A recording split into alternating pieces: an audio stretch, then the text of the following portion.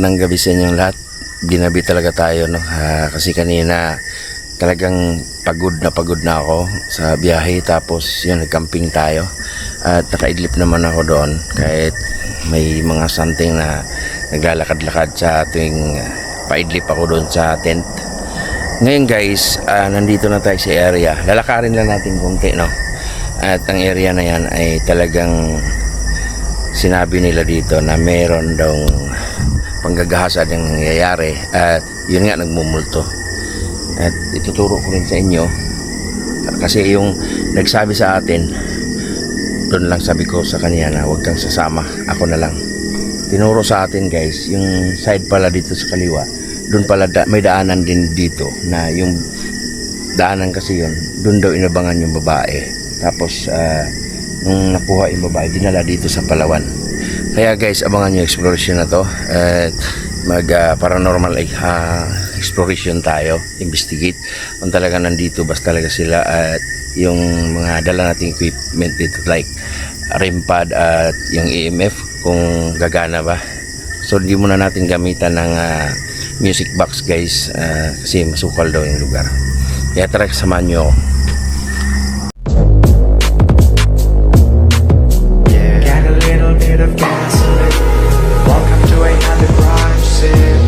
So ayun guys, yung motor natin iniwan natin doon banda sa may malapit na kalsada, at ito na, papasukin na natin, no?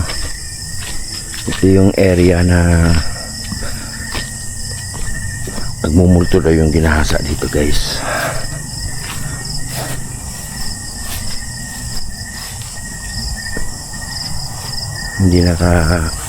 Hindi naka move on, no?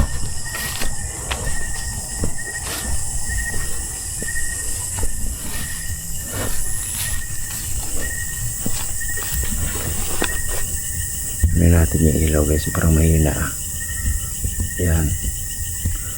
Uy, ano yan? Okay, siguro na natin yung ilaw. Uy, ayan.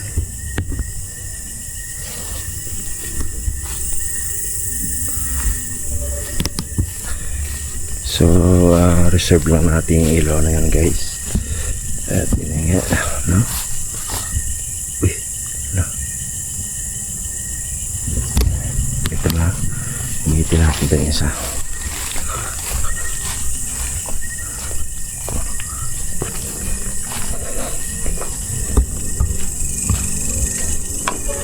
Uy.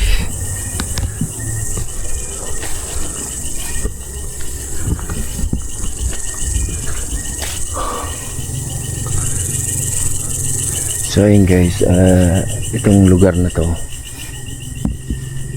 talagang napaka creepy, no?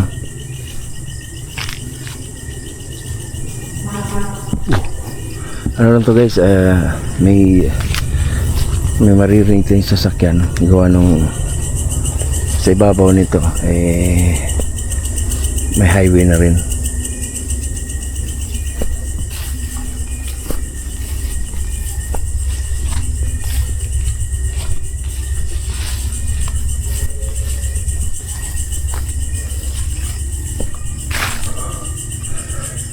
Oh my god, ito na yan guys.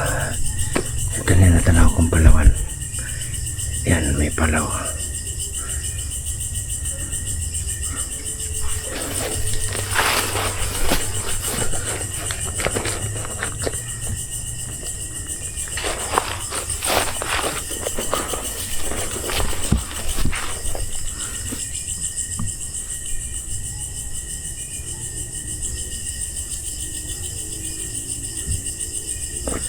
So yun guys, dala natin yung REM pad ngayon. Dito siya. At yung EMF, tingnan natin.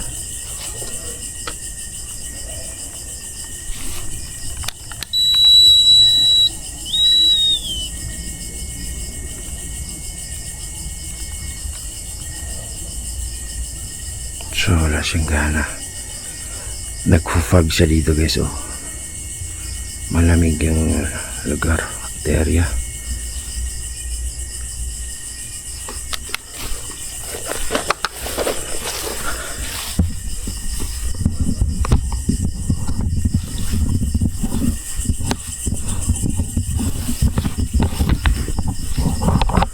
Ayun guys, pagpalit muna natin yung i-off ko na guys, i-off ko muna yung ano kasi papalit muna tayo ng battery.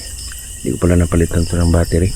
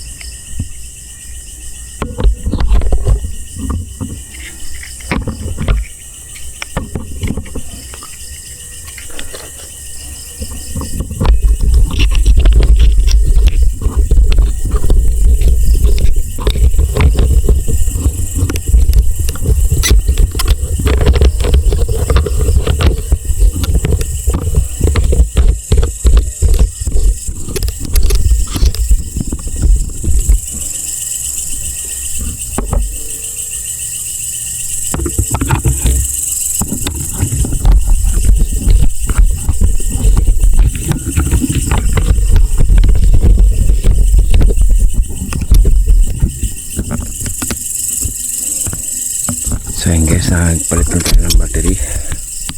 Yan.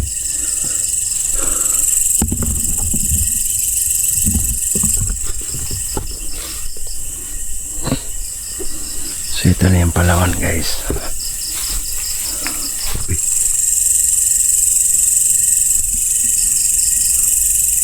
Naririnig nyo para wakwak. May naririnig kayo guys.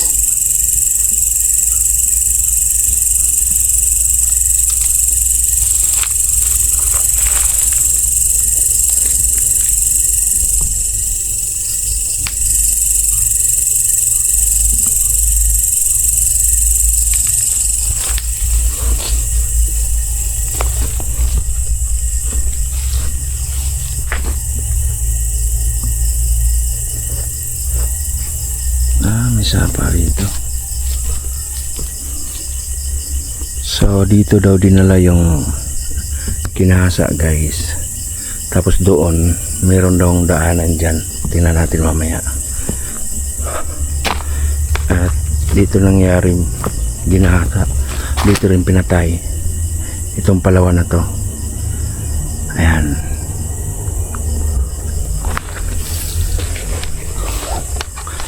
Try natin.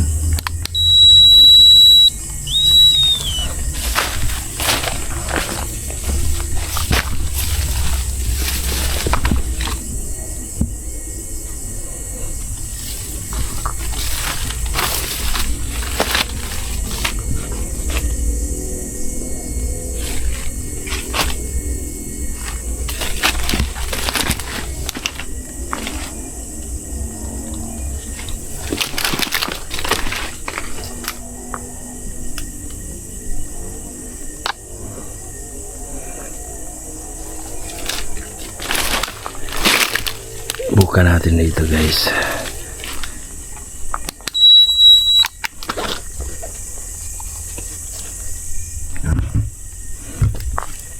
I-on natin to.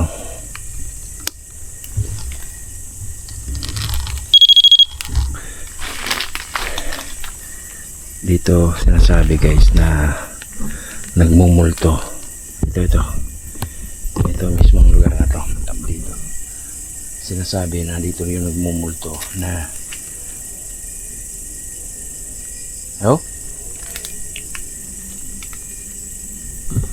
dito ginagasa. Dito rin namatay.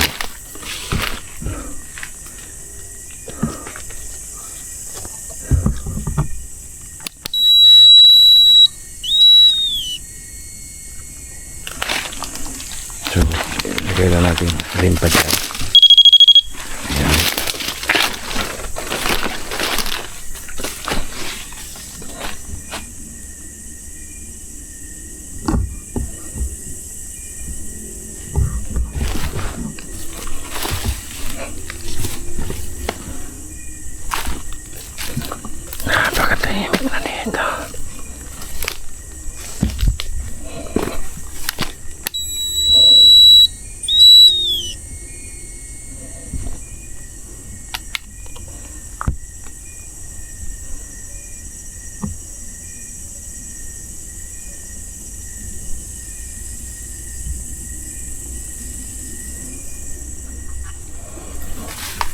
Magandang gabi. O may gabi diri sa inyo.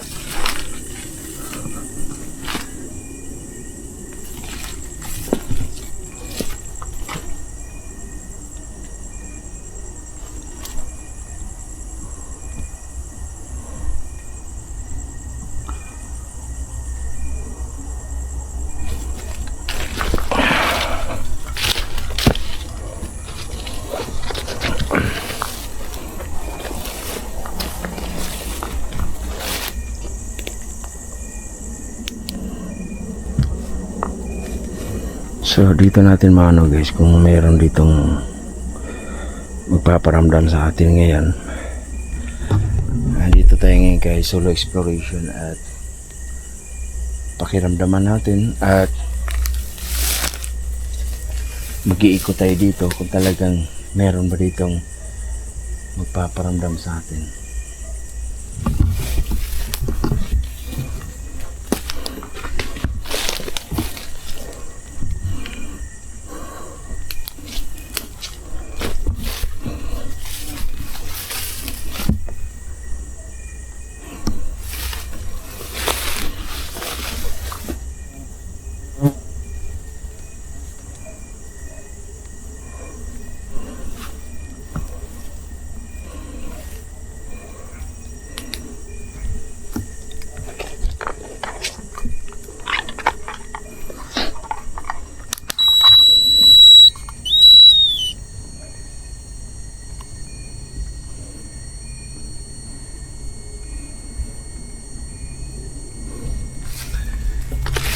So napakatahimik guys.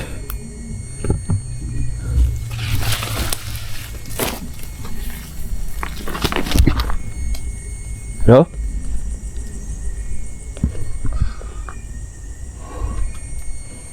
Napakatahimik.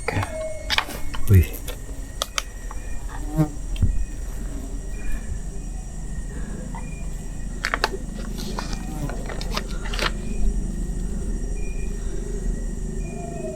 Uy.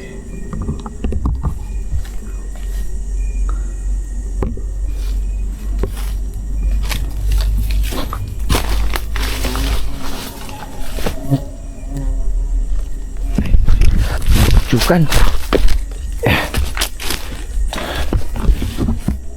Guys, lumayo tayo guys, may pucukan dun. Yan, sundan tayo. May ilaw. May ilaw kasi tayo.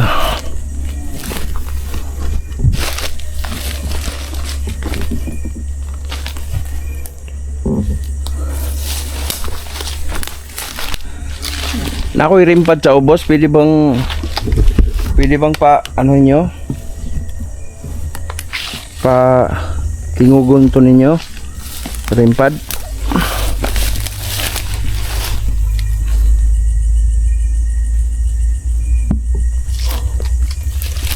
Pwede magparamdam ka karon dire?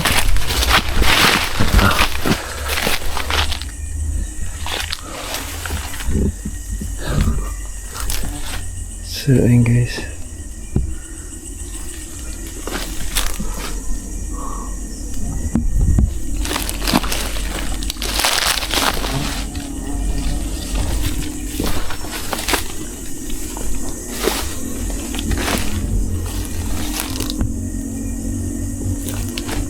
Ito yung rimpad guys. Ayan.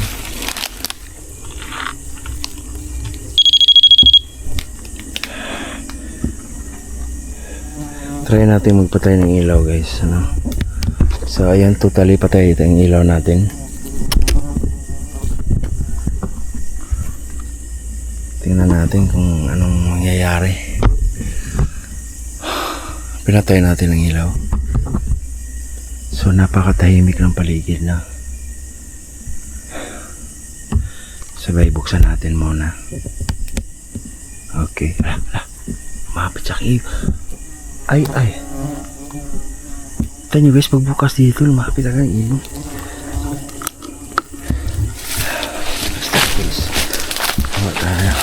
Tuturo ko sa inyo yung lugar kung saan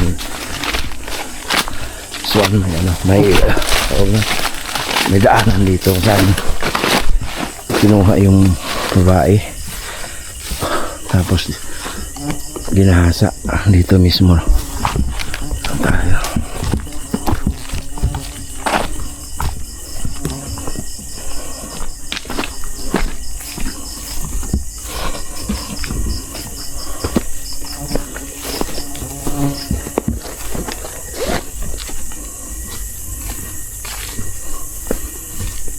Ito yun guys, oh.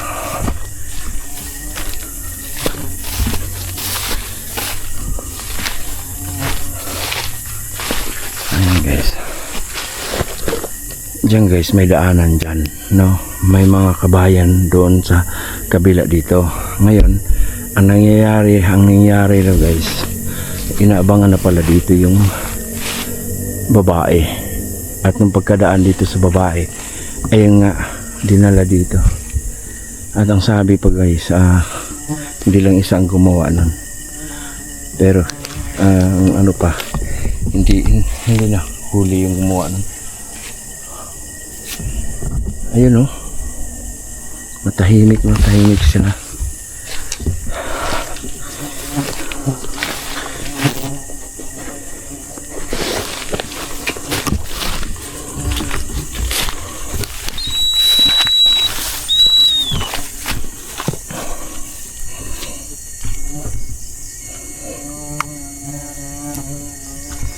So, off tayo ng ilaw guys para ano natin, maglalakad tayo ng naka-off ang ilaw. Okay? Tara.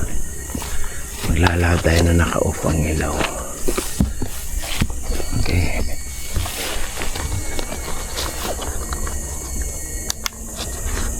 Ayan, naka-off yung ilaw natin. Kaya lang wala akong makitang daanan. Sobrang dilim pala. Ilaw tayo sa kunti.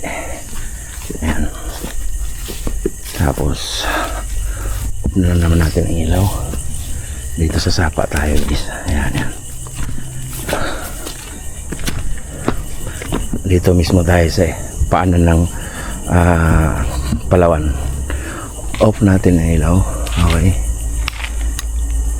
At makikiramdam tayo kung anong kaganapan dito pag walang ilaw at nag-iisa ka lang.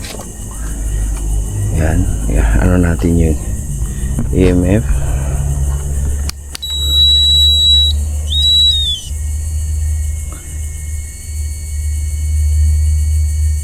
Yan. EMF guys. Wala.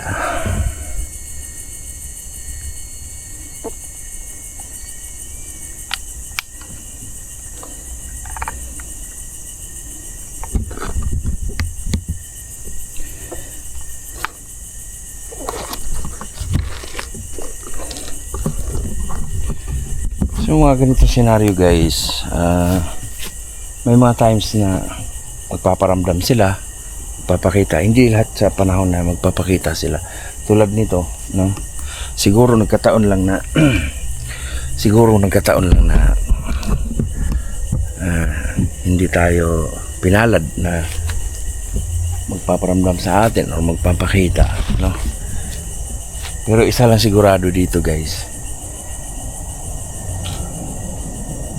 ang lugar na to ay napaka-creepy. Maraming salamat sa inyo lahat guys sa wasawa niyong pagsuporta sa Gas TV. At yun nga, hindi lahat ng exploration natin ay merong makikita at magpaparamdam, no?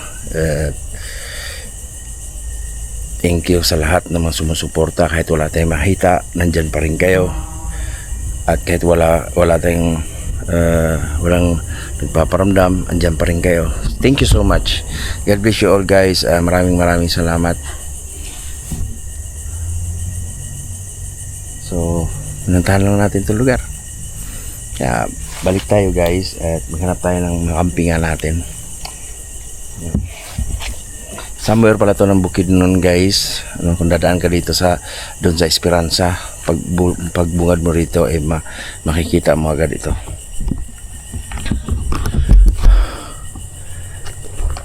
Ayan. Sit na tayo. Okay.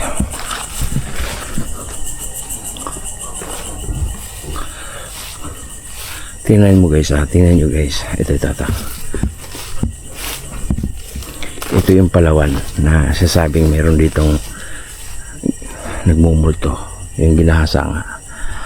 Pero I wondering why guys na ngayon napakatahimik niya, di ba?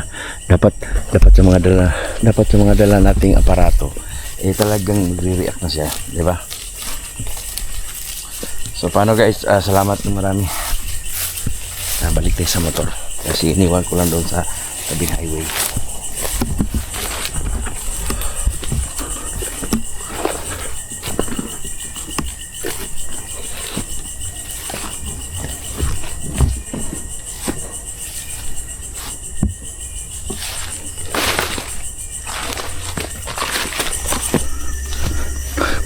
Uy, hala, may napansin ako doon.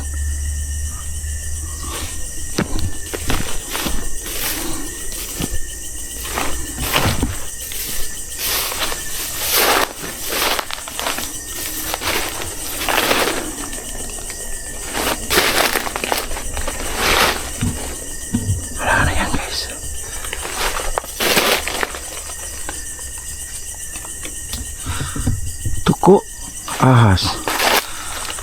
Tuko or ahas. Tuko. Ibon. May ibon dito guys. May ibon. Ibon, nasa lupa lang ang ibon guys.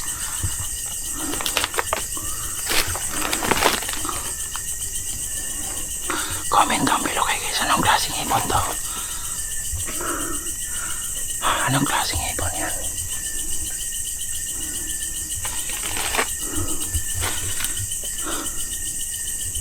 Akala ko as nakatingin siya sa akin guys. Ibon.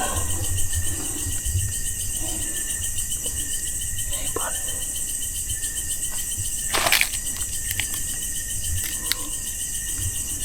Guys, anong ibon yan?